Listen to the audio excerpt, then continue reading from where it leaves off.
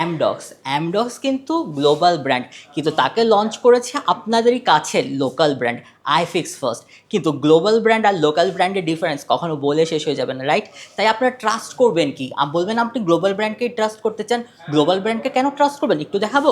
এই যে দেখুন, এই লেখাটা দেখছেন না, অ্যামডক্সের লোগো, আর নিচে আইফিক্স ফার্স্ট।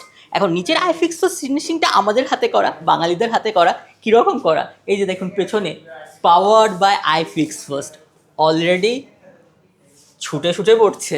কিন্তু আপনার যখন অ্যামডক্সে এরকম আপনি একটা লোকাল ব্র্যান্ড, অ্যামডক্স না, অন্য যে কোনো ব্র্যান্ড, যখন আপনি এটা লোকাল সিম্বলিক ধরবেন, কিভাবে ধরবেন? লোগোটায় খেয়াল রাখুন 2 মাস পরে ছুটে না যায়। সো গ্লোবাল ব্র্যান্ডে ভরসা রাখুন, লোকাল ব্র্যান্ডকে সালাম জানান। আর সালাম যখন জানাতেই হবে, তো কেন না ভালো কিছুর সাথে জানান।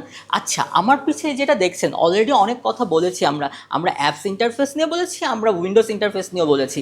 কিন্তু এই পাশে যে বোর্ডটা দেখছেন, এই বোর্ডটা আসলে কিসের জন্য? এটা কি কোনো হোয়াইট বোর্ড? আমরা তো হোয়াইট বোর্ড বাতিল করতে চাচ্ছি। সো হোয়াইট বোর্ডের বিপরীতে আছে মেমোরি বোর্ড। আপনারা অলরেডি নোট 3 এবং নোট 5-এর সাথে পরিচিত, অনেকে কাজ করেছেন। এখন আমি যখন এই ডিসপ্লেতে নোট 3 বা নোট 5 ওপেন করব এবং এখানে কোনো কিছু রাইট করব, এখানে কিন্তু কোনো লেখাই উঠবে না। যা লেখা দেখতে পাবেন সব দেখতে পাবেন আপনার সফটওয়্যারে স্ক্রিনে, নোট 3 বা নোট 5-এ।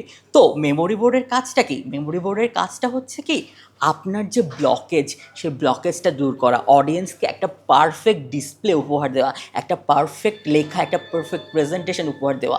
আর এটা যদি সরাসরি দেখতে চান, চলে আসুন অ্যামডক্স এক্সপিরিয়েন্স সেন্টারে। আমরা আছি বাংলা মোটর রূপায়ণ ট্রেড সেন্টারের 17 তলায়।